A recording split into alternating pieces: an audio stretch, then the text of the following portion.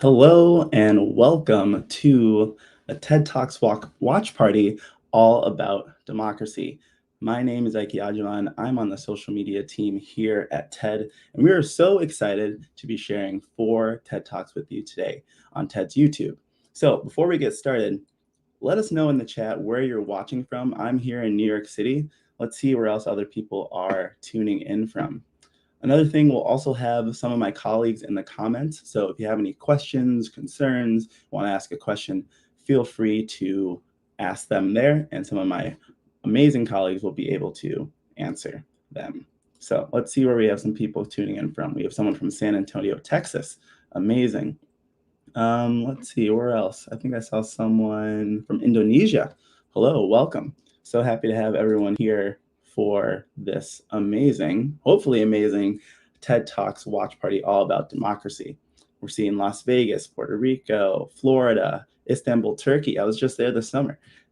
So many amazing people are joining. Pakistan, Nebraska, upstate New York. Hey, I'm from upstate New York. How are you? So we will be sharing 4 TED Talks on democracy. And as many people know, next week is the US presidential election. There's a lot going on, but that's not the only election that we've had this year. This year has been dubbed the ultimate election year. There's been over more people voting this year than ever in history. I saw a stat that was like 49% of the population is voting this year. So democracy and voting is something that everyone can relate to. We tried to choose some talks today that really encompass a wide range of topics so that everyone can feel included. So you may be wondering, you might have seen on the welcome stream the talks, but let me just tell you which ones we're doing today. We'll be having Andrew Yang's talk, which is called Why US Politics is Broken and How to Fix It. We have Jordan Klepper's talk called A Comedian's Take on How to Save Democracy. We have Tessa Udavare's talk, which is called How to Build Democracy in an Authoritarian Country. And lastly, we have Barbara F. Walters' talk, which is the U.S. headed toward another civil war? So we have lots of talks on democracy. I just want to say this really quick before we get into the first talk. And if you're interested in learning more about democracy, we have a whole big playlist of a ton of democracy talks right on our website called, you can find it at ted.com/democracy. So I'm going to pause for a second here, and we'll actually just start with the first talk. It's going to be Andrew Yang's talk. It's all about the electoral system in the US and how he believes we can fix it. So without further ado, and again, remember, if you have any questions, comments, drop them in the chat. I'll be sure to pop back in after this talk and we can go over it. And we'll have my friends and colleagues in the comments moderating that. So let's get into the first talk. All right. It's great to be here. I'm Andrew Yang. I'm going to be talking about why American politics are not working and then how to fix them, all within 10 minutes. What do you all think? Yes. I'm speaking here in Canada, and a friend in Canada described living here, or compared it to living in the apartment above a meth lab, where he's getting very nervous about what's happening below him and is starting to concern the entire neighborhood. I'm going to suggest that what's going wrong with American politics is born of poor and perverse incentives that are related to a design flaw. Now, this design flaw can happily be addressed at only 2% of the cost of how much the 2 major parties are going to pour into this presidential cycle. This is, to me, the highest leverage opportunity in the world to start solving some of our biggest problems. Now, some of you may remember me as the math guy from 4 years ago. So there will be some math in this presentation, but I went around the US making the case that AI was going to come and change everything and that we needed to evolve our economy, adopting measures like universal basic income to prepare for the future. I founded an organization, Humanity Forward, that is still working on these ideas today, but I came to realize that nothing profound and positive will come out of the American government unless we realign the incentives within the system. So what do I mean by these incentives? What is the approval rating of US Congress as we're here together? And feel free to shout out a number even if you are not American. I'm anchoring you low so you know it's low. I'm hearing 30. I'm hearing 20. It is lower still. It is 15%. It's been declining a bit. It's been in the 20s. Now it's around 15%. What is the re-election rate for incumbent members of the House of Representatives? Anchoring you high. You know it's high. It's higher still. It's 94%. That's a higher win rate than the Michael Jordan era Chicago Bulls, the Kevin Durant era Golden State Warriors. So how can these numbers be so disparate?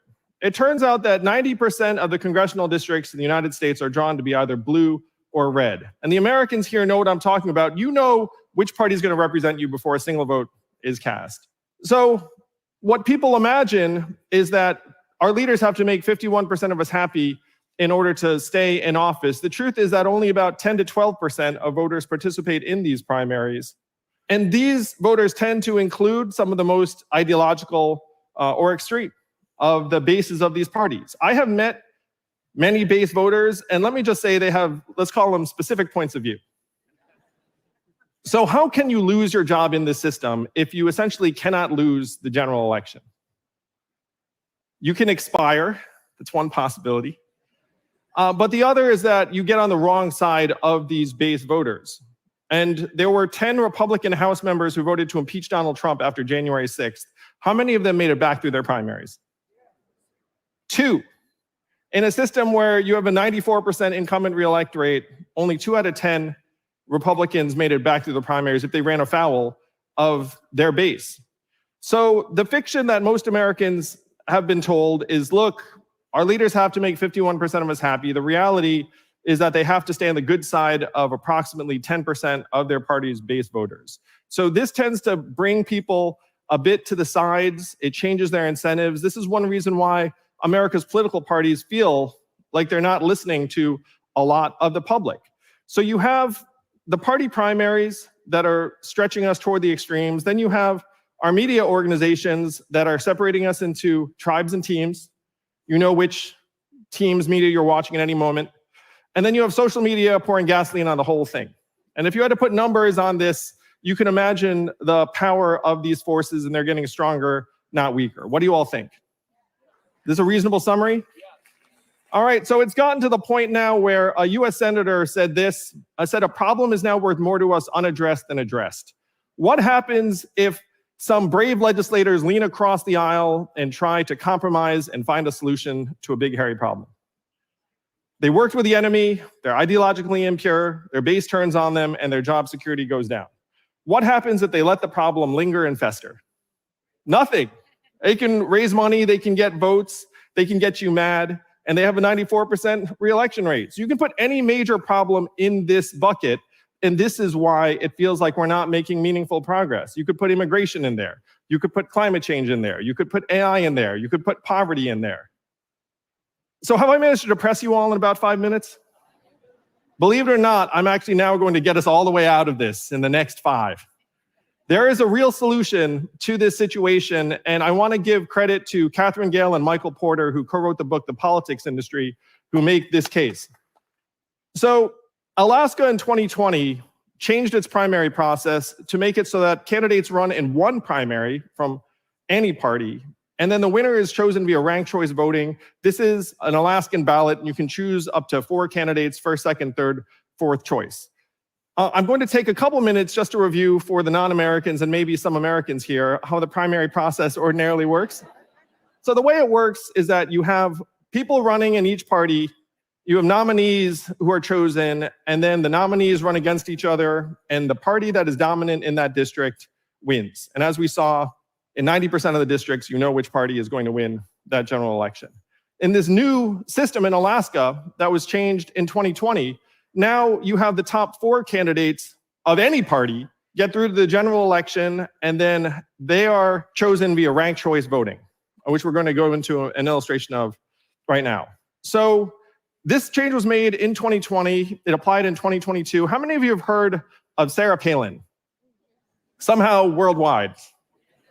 How many of you have heard of Mary Peltola? Mary Peltola is the relatively anonymous state legislator who defeated Sarah Palin for a congressional seat in 2022. Now, in a conventional system, Sarah Palin probably wins the Republican primary and then probably wins the general election because Alaska is a red-leaning state. But in this new system, via ranked choice voting, Mary Peltola ends up emerging as the winner in the second round, in part because a critical mass of Alaskan voters put her second. And in this same cycle, believe it or not, this is a very important race, because if Sarah Palin had won, she'd be in DC right now. There'd be a TV camera presented to her just about every day and asking her, say something crazy, Sarah, say something crazy. And then she would say, glad to, that's kind of why I'm here. She would say something crazy, and then that would be presented to the other side and say, did you see the crazy thing Sarah said? What do you think? And that's what would pass for news, and we'd all be 3 IQ points dumber and sadder. So really, so this outcome was averted by this new system. But of even more importance was that in the same cycle, Senator Lisa Murkowski was up for re-election. And Senator Lisa Murkowski has the distinction of being the only Republican senator who voted to impeach Donald Trump, who was up for re-election. After her impeachment vote, her favorability rating was measured at 6% among Alaskan Republicans. They did not like that impeachment vote. But there is no party primary in Alaska anymore. So she went through essentially to the general, and she ended up emerging as the winner because she was, again, the second choice of a critical number of voters. So this change in Alaska had profound effects within 2 years, and it cost $6 million to adopt this reform campaign. $6 million, you know how much the two parties are going to spend this presidential cycle? $10 billion. I'm going to suggest that this $6 million is the highest impact investment any of us has ever seen, and it's evergreen. It turns out that 25 states have ballot initiative measures where you could change the primaries into this new nonpartisan primary and ranked choice voting combination that ends up realigning the incentives away from the extremes and toward the public. Nevada voted to approve the Alaska system in 2022. That campaign cost a little bit more. It cost $22 million. But the advertisement that I thought put it over the top was a military veteran looking at the camera and saying, I went overseas to defend our country for years. I came back, and as an independent, I can't vote in our primaries. And I don't think that's right. 53% of Nevadans agreed with that veteran, even though both major parties came out against it.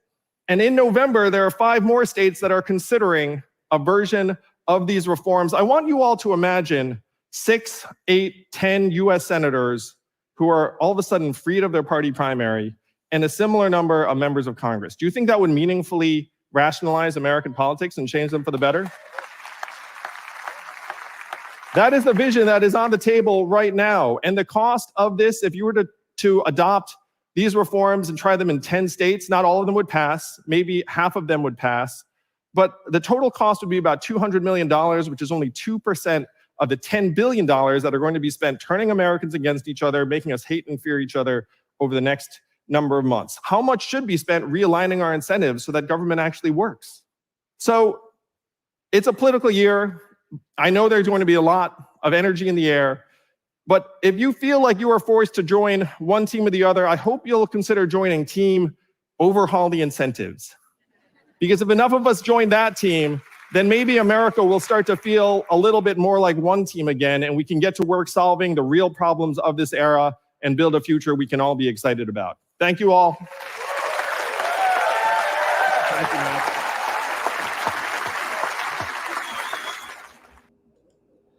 All right, that was Andrew Yang and his TED Talk that he gave at TED 2024.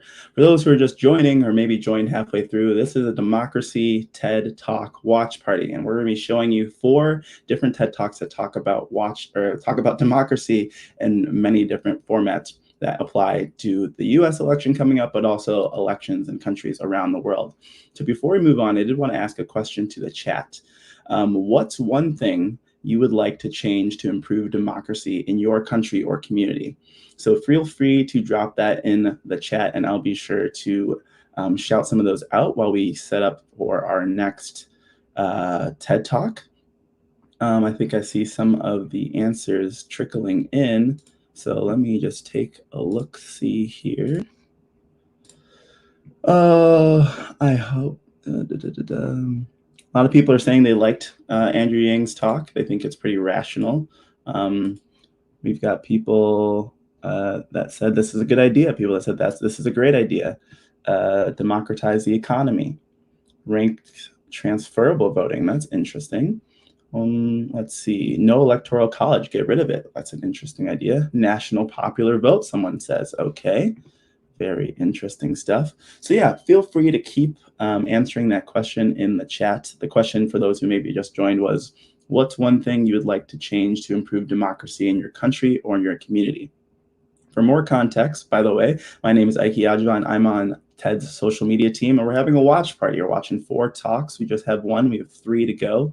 Up next, we'll have Jordan Klepper, who you might know from The Daily Show, and he's going to be talking about how you can approach talking to someone that you may disagree with. I think something that a lot of people will be able to have some good takeaways from his talk. So let's see what else people are saying. People are saying more popular vote, improve democracy, separate leadership from democracy. That's an interesting idea. All right. Love to see it. Keep the questions and the comments coming. We've got some of my colleagues in the comments answering questions and tossing in ideas and things like that. We've got 3 talks to go, so let's keep it moving. We have Jordan Klepper's talk coming up next. Let's get going.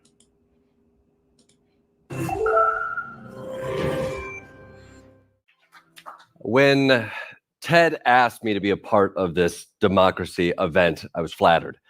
When they told me it was a pro-democracy event, I paused. Like, really? We still think this is a good idea? Giving everyone a voice? Have you talked to everyone? 1 in 10 Americans believe chocolate milk comes from brown cows. We want those people weighing in on foreign policy.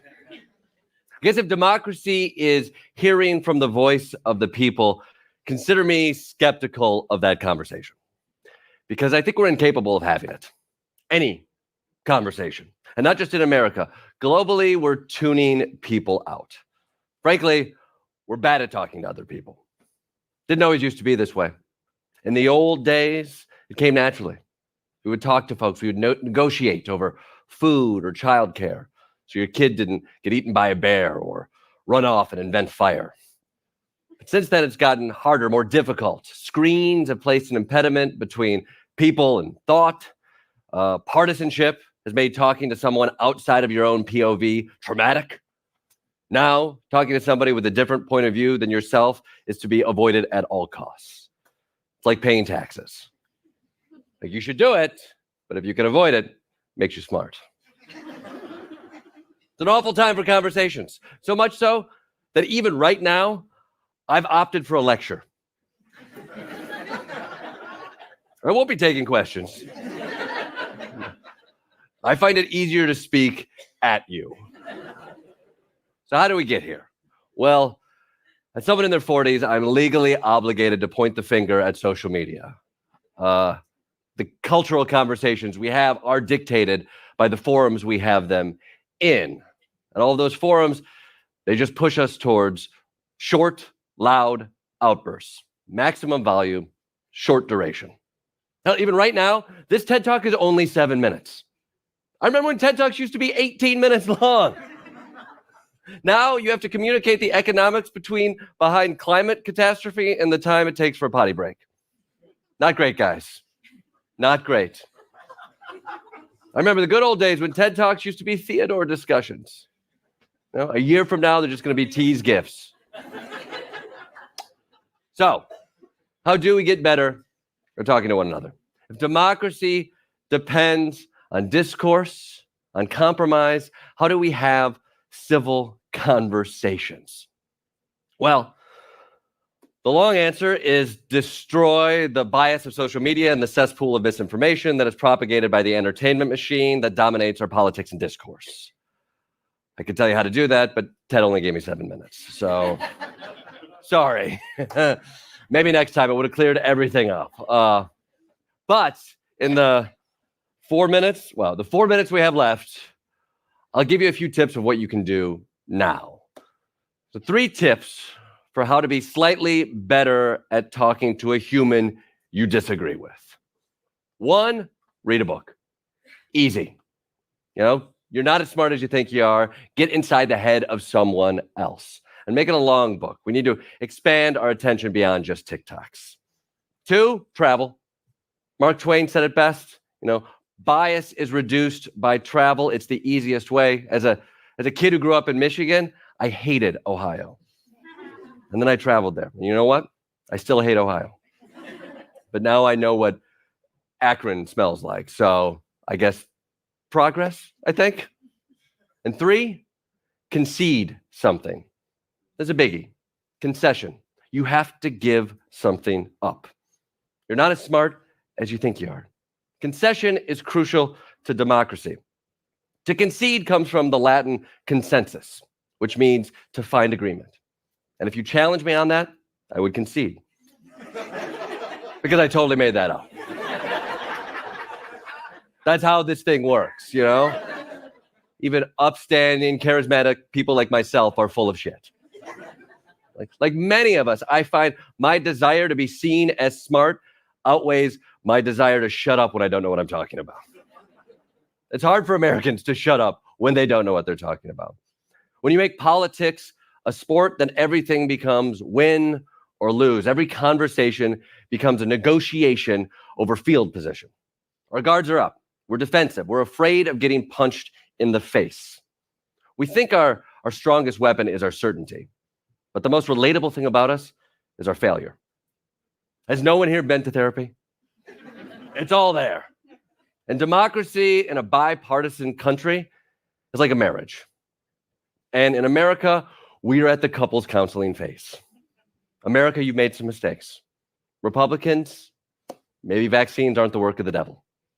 Democrats, maybe Portland does suck. Canada, it's 2023. You can't call your police Mounties, all right? We're imperfect. We have to accept that. It's hard to say you don't know, but it can also be liberating. Like, I don't know how to throw away batteries. I don't. I don't know what 40% chance of rain means. Does it mean it's 40% chance it will rain or that it's going to rain, only 40% chance is hard? I don't know. I don't. But it's liberating. We need to concede a little on everything, except for gun safety reform. That's a no-brainer. But everything else, and climate. See, it's tough. It's hard. We're not very good at it. It's not popular to concede. In America, there's a big chunk of the population right now who hasn't conceded the last presidential election. It's hard to give any ground when you can't agree that the earth you stand on is either round or flat. But perhaps a gesture of understanding, if not towards irrefutable facts, but to your own uncertainty, is a step towards progress. I think the phrase, "I don't know," invites a softening. And the ground is too hard to grow much of anything right now. What I think, in order for American democracy to survive, we need a culture of vulnerability, or at least a space in that culture for vulnerability. The good news is being wrong is sexy. Failure is an aphrodisiac. Every person who has ever loved me has told me how much of a loser I am. The proof is in the pudding. And if conceding is too much for you, if that feels weak, okay, don't think of it as conceding. Think of it as gamesmanship. You're setting a trap. Trap them with your vulnerability. Hypnotize them with your humility. Distract them with your failure. And as they begin to reveal themselves to you in your uncertainty, smash those fools. In the game of democracy, in order to win, we may have to start with a loss. But what do I know? I could be wrong. Thank you.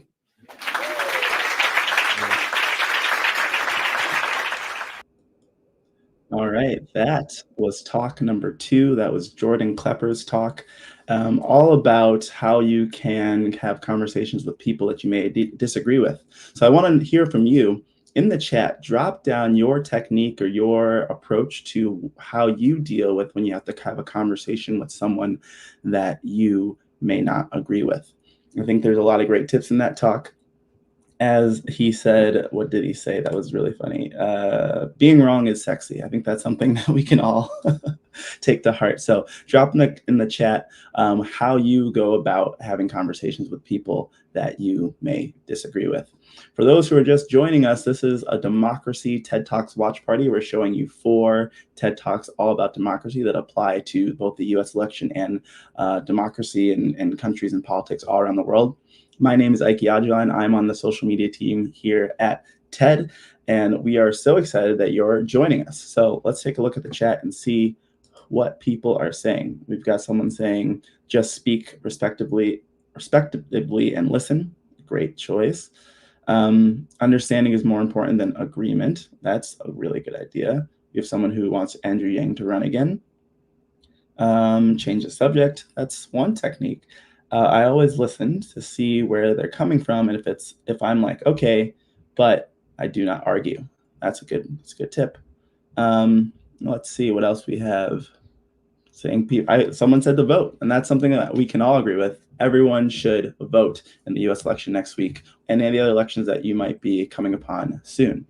As mentioned, we're doing 4 talks. We have 2 down, 2 more to go. Our next speaker is a Hungarian activist. Her name is Tessa Udvarhely, and she is going to be telling us about what she's learned and some on-the-ground lessons from how to not let a country slip into authoritarianism.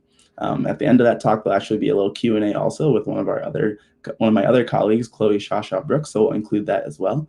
But feel free to drop any questions you have in the chat, any ideas you have for having conversations with people you disagree with, anything like that, and we'll be sure to take a look and shout some out as we keep going. So let me set up the next talk, and we'll keep this party going.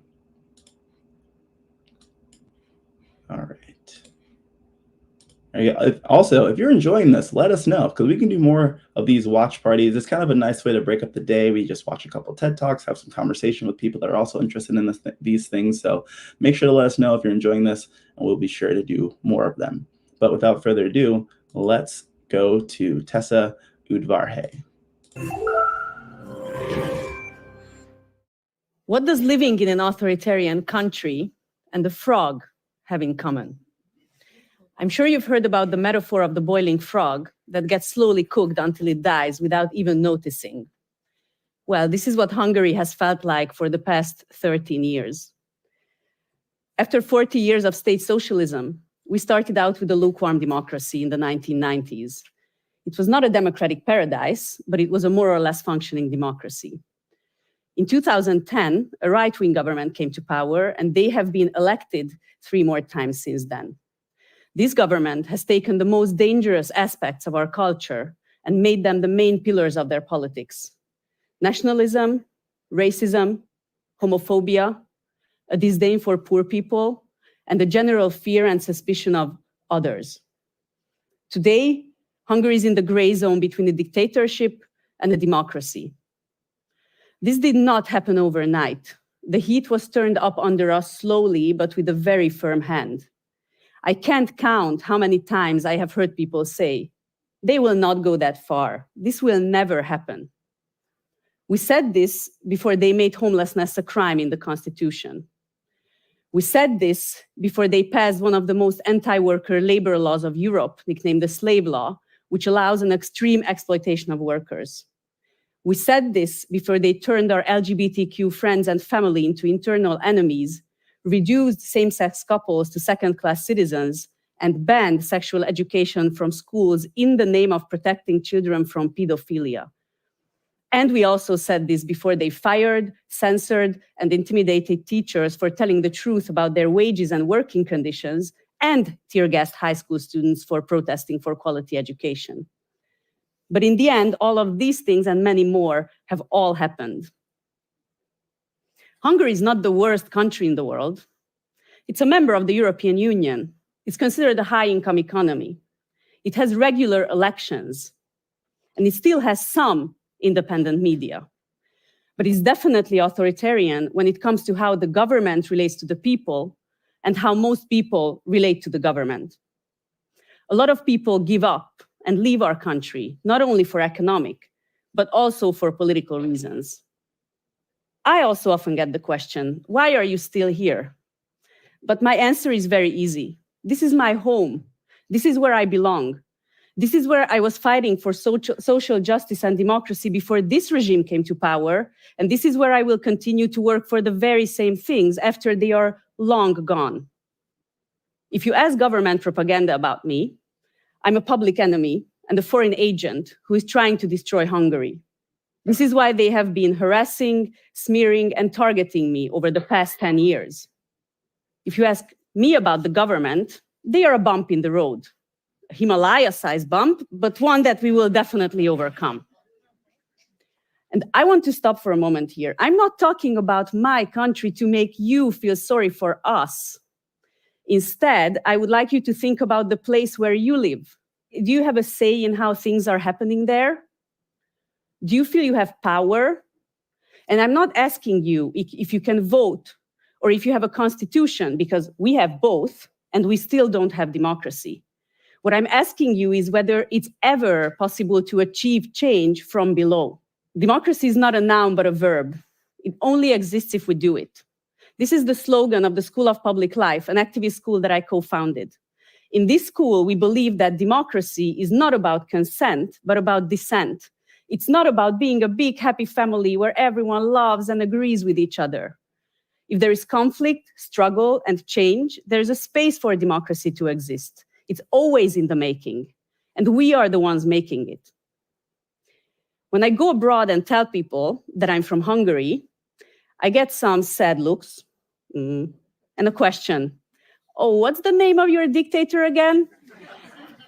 And yes, our prime minister has become a symbol of anti-democratic leadership. But there is also another Hungary. This Hungary is hardly visible to the outside world, and you may never read about us in the New York Times, but it's there. And it's made up of many, many people and organizations working for social justice, environmental justice, workers' rights, and quality public services, among many other things. In fact, many Hungarians are not aware of this other side of Hungary. And this, I believe, is a real obstacle to change. What you see around us as your reality determines what you believe is possible. If you only see fear and passivity, you will not be able to imagine anything beyond that. But if you experience alternatives to social and political oppression, you will be able to not only imagine, but create a different future for all of us.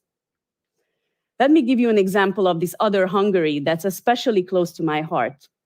The Cities for All is a pioneer of the Hungarian housing movement, where homeless people and their housed allies work together for housing justice. What makes this group really special is that it takes the message, don't talk about us, talk with us, extremely seriously. In this group, many homeless people gained back their self-confidence, sense of belonging, and political identity, all of which are essential for all of us to exercise our rights as citizens. In this group, people like my friends Gyula, Jutka, Jani, and Erika have all become movement leaders, even as they were living in self-made shacks, homeless shelters, rented rooms, or even on the street. And most importantly to me, this is also the community where my own political journey started. In 2011, activists of the Cities for All occupied the mayor's office of the 8th district of Budapest. With this sit-in, we tried to stop the violent criminalization of homelessness by the chief anti-homeless strategist of the government, who also happened to be the mayor of the district at the time. I was one of the organizers of this protest, and in the end, we were all dragged out of the building by the police. With a very unexpected turn of events, today, I work in the very same building that we had occupied more than 10 years ago. I walk the same corridors, and I have meetings in the mayor's office. But how is this possible? How did this happen? In 2019, a progressive candidate from a local grassroots organization challenged the anti-poor mayor in the local elections, and to everybody's biggest surprise, including our own, he won. I was on the mayor's team, and today I work with him as the head of the Office of Community Participation.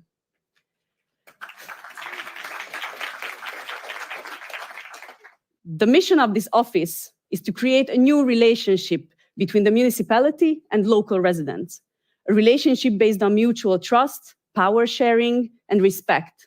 This is the complete opposite of what the central government is doing. Let me give you an example of this new relationship. In our district, there is a small community garden. A year ago, it was surrounded by a fence, and there were plans to build a luxury condo there. Everybody thought that it was private property because of the fence. But then came a group of active citizens who discovered that the fence had been built illegally. They started to lobby the municipality to pull the fence down and give the land back to the public. They were adamant, and from a bureaucratic point of view, really annoying. But in the end, they reached their goal. The fence was pulled down. They created a garden, which is now sustained by local neighborhood residents. This is a very small everyday example, and this is exactly my point. Democracy emerges out of the everyday struggle that we call politics. It's created both from above and from below. Those in power have to be open, responsive, and responsible. People, on the other hand, have to be smart, organized, and focused on getting what they need. This is exactly what the story of the garden is all about. Let me give you another example. In Hungary, the central government is all about concentrating power and resources for its own interests. People have absolutely no say in how they spend public money. But things are radically different in both Budapest and our own small 8th district, which are both led by the democratic opposition. A few years ago, participatory budgeting was introduced in both the city and the district. Participatory budgeting means that local residents get to directly decide how to spend a certain amount of the municipal budget. In reality, this means that politicians give up some of their power because they believe that local residents know best what they need. And they really do. Local people often vote on things that elected representatives are otherwise reluctant to do. People in Budapest have used this power to build new bus stops, crosswalks, public toilets, and even launch new social and cultural programs. I know, you may be thinking now, I have never had a say in how my city spends my tax money, so why are you complaining about Hungary?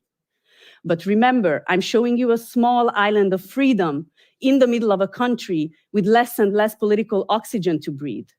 By opening up the municipal budget in Budapest, we are modeling, learning, and teaching a new kind of politics that builds an alternative to authoritarianism. Let me go back to the boiling frog. Have you ever felt like this frog? And why is the frog not doing anything? And where are the other frogs, and why are they not doing anything? You can't just be sitting around and wait for democracy to work miraculously on its own. It will not. And you can never wait for somebody else to make democracy work for you. They will not. Only you can make democracy work by standing up, organizing, and pushing the boundaries of what's possible politically.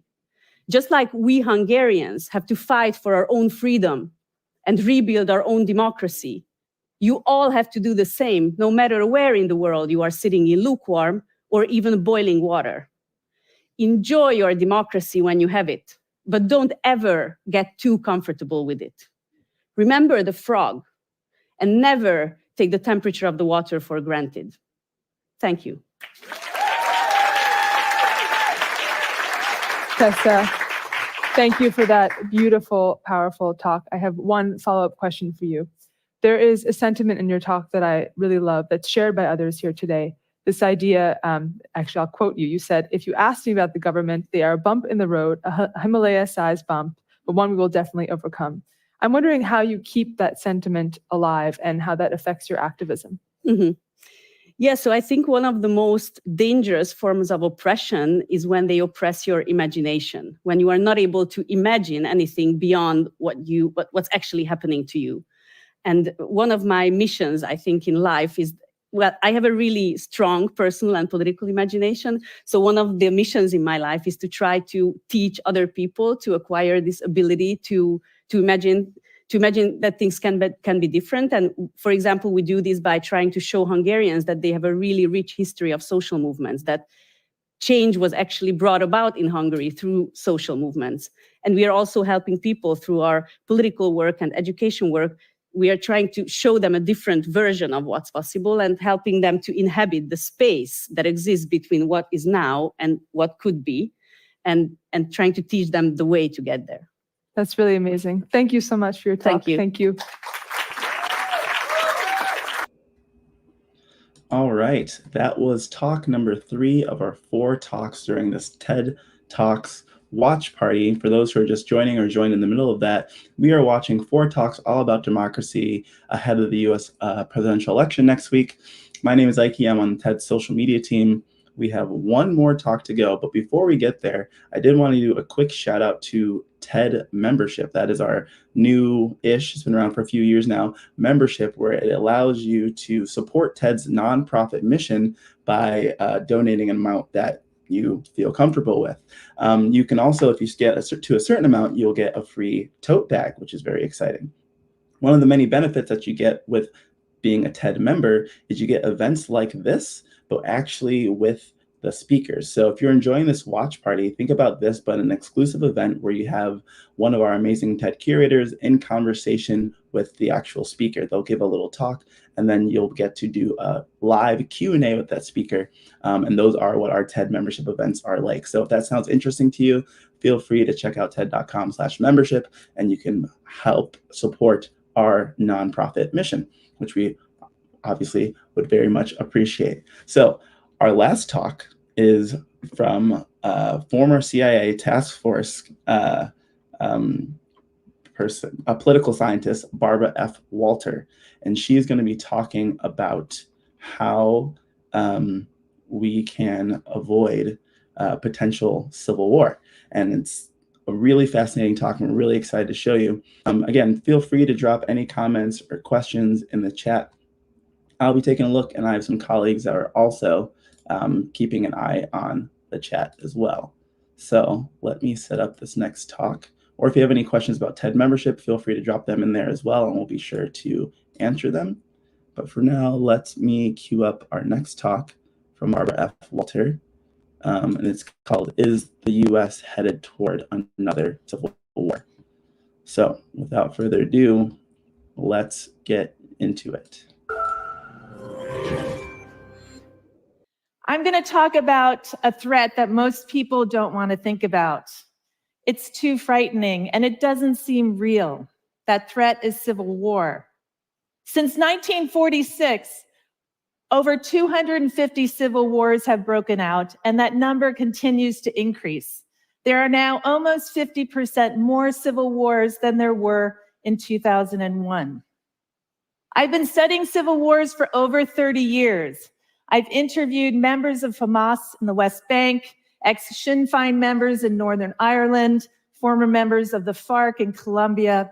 I've stood on top of the Golan Heights and stared into Syria at the top of the Syrian civil war. I've driven across Zimbabwe as the military was planning its coup against Robert Mugabe. I've been followed and interrogated by members of Myanmar's junta. In 2017, I was asked to serve on a task force run by the CIA called the Political Instability Task Force. One of the goals of that task force was to come up with a model to help the US government predict what countries around the world were likely to experience ethnic conflict and civil war. It turns out that predicting civil war is possible. Solid data exists on where and when these conflicts are likely to break out. It's just that most people don't know that. The task force was comprised of 2 types of people, experts on civil war like myself and data analysts. The experts came up with 38 different factors that they thought could potentially lead a country towards civil war. And some of those factors seemed obvious, like whether a country was poor, had lots of income inequality, or had a government that heavily discriminated against one particular group. It turns out that only 2 factors were highly predictive, and they weren't the ones the experts expected. The first was whether a country was an anocracy. Anocracy is just a fancy term for partial democracy. It's a government that's neither fully democratic nor fully autocratic. It's something in between. So think about Hungary today. Hungary holds elections. Hungarians eagerly go out and vote. It's just that whoever wins those elections can basically do whatever they want.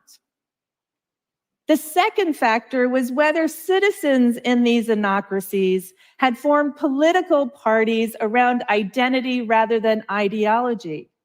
So rather than joining a party because you were liberal or conservative, capitalist or communist, you joined a party because you were Black or white, Christian or Muslim, Serb or Croat.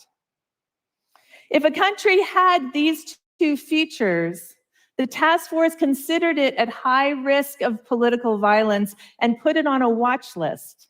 It was actually called the watch list, and it was sent to the White House.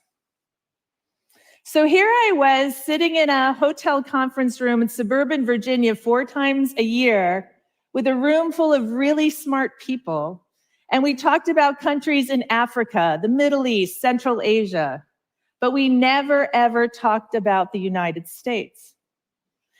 That's because the CIA is legally not allowed to monitor the United States or its citizens, and that's exactly the way it should be.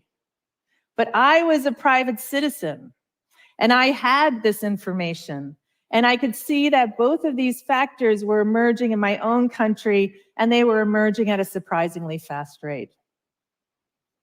The US's democracy has been downgraded 3 times since 2016. 2016, it was downgraded because international election monitors had considered the 2016 election free, but not entirely fair. America's own intelligence agencies had found that the Russians had, in fact, meddled in that election. It was downgraded again in 2019 when the White House refused to comply with requests by Congress for information. And it was downgraded a final time at the end of 2020 when President Trump refused to accept his loss in the 2020 election and actively attempted to overturn the results. Between December of 2020 and early 2021, the United States was officially classified as an anocracy.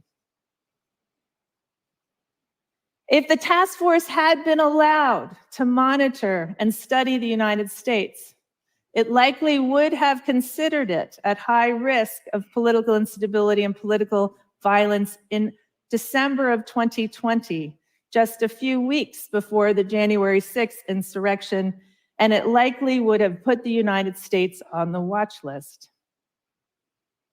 We also know who tends to start civil wars, and again, it's not the people most of us think. It is not the poorest people in society. It is not the people who are most oppressed by their government. The people who tend to start civil wars, especially ethnically based civil wars, are the groups that had once been politically dominant but are in decline. If you think back to the former Yugoslavia, Serbs had enjoyed most of the positions in government and the military throughout the Cold War for decades. But they were the ones who stood to lose the most as Yugoslavia democratized. The Serbs started that war. Iraq's Sunnis similarly enjoyed most of the key positions in the military and in government under Saddam Hussein. But when the United States toppled Saddam Hussein, they also threw the Sunnis out of their positions. It was the Sunnis who started that war. In the United States, the rise of militias has been driven primarily by white men who see America's identity changing in ways that directly threatens their status. They were the ones who marched on the Capitol on January 6th. So why is this happening now? It's happening now because of demographic change. The United States is in the midst of a major transition from a country whose population is majority white to a country whose population will be majority non-white. The United States will be the first country to go through this, but others are going to follow. Canada is likely to be next, followed by New Zealand, and then the UK, and eventually all the English-speaking countries of the world. This is likely to be especially true if climate change causes citizens from the global south to increasingly move north. These countries are going to be looking to the United States to see how we manage this demographic shift. Americans can allow this transition to tear us apart, or we could use it to come together to show the world how to manage this change, and in the process create a truly multi-ethnic, multi-religious democracy. So how do you do this? The first thing we have to do is address the two big risk factors of civil war: anocracy and identity politics. To address anocracy, we have to improve the rule of law. We have to ensure equal access to every citizen to the vote. We have to reduce corruption, and we have to improve the quality of government services. But reforming a government takes time. Those are not easy things to do, and it often seems impossible. That's exactly where the United States is today, almost paralyzed. This is where business can come in. 30 years ago, most of us thought that South Africa was barreling towards civil war. Black South Africans were increasingly protesting the brutality of the white apartheid regime, and the government responded with more brutality. But then something happened. The business community stepped in and demanded real democracy. They did this because they had been suffering under years of crushing economic sanctions. And eventually they had to choose between apartheid and profits, and they chose profits. And when they went to the government and said, "We will no longer support you," the apartheid regime knew it could not survive, and reform happened quickly. The business community can also help address identity politics by investing in those communities that have been left behind by globalization and by free trade agreements like NAFTA. In the United States, it was the working class that disproportionately suffered. Those are the communities that are the most angry and the most resentful today.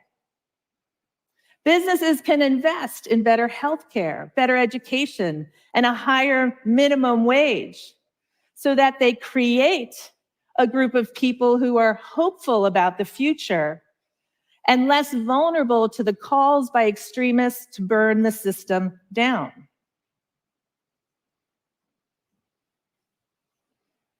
But there's perhaps an easier solution, at least in the short term. And that is to regulate social media, especially the algorithms that push out the most incendiary and divisive material. I'm not saying that we should censor free speech. Let people put whatever they want on social media, but do not allow the algorithms to amplify the messages by bullies and hate mongers and conspiracy theorists and enemies of democracy. If we take away their bullhorn, their influence will decline. I've interviewed a lot of people who have lived through a civil war, and they all say the same thing. I didn't see it coming. Brina Kovac was a young mother living in Sarajevo at the beginning of the Bosnian Civil War. She told me that in the months and weeks leading up to that war, life seemed normal. She went to work. She took weekend holidays with her husband. They went to the weddings of their friends. But then one night in March of 1992, when she was at home with her newborn son, the lights suddenly went out. And then she said, you started to hear machine guns. It doesn't have to be this way. We know an enormous amount about why these terrible wars start. We know that the people intent on violence have a playbook. We know what that playbook is. But there's no reason why we, the democracy-loving people of this world, can't create our own playbook to prevent civil war. But to do that, we have to be brave enough to fight for real democracy, strong democracy, because only by fighting for democracy can we ensure that we will truly get peace. Thank you.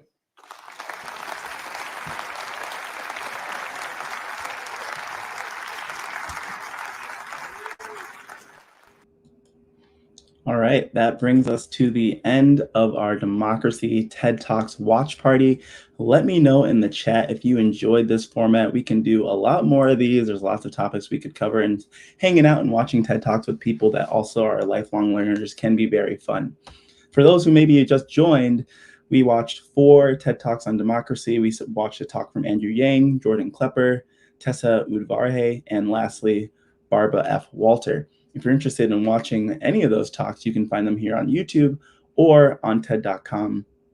And this whole watch party will be left up on TED's YouTube page. So if you want to go back and watch some more of it, you are welcome to do that as well. If you're looking for more democracy content, we actually have a whole section of our website dedicated to this. If you go to TED.com/democracy, you'll see those talks as well as a bunch of other talks that are covering the wide variety of important topics that come with democracy. And last but not least, I would like to say, if you're in the US and above 18 or older, please vote. We have a big election coming up, so we want to encourage everyone to vote. And I think that's something we can all agree to do.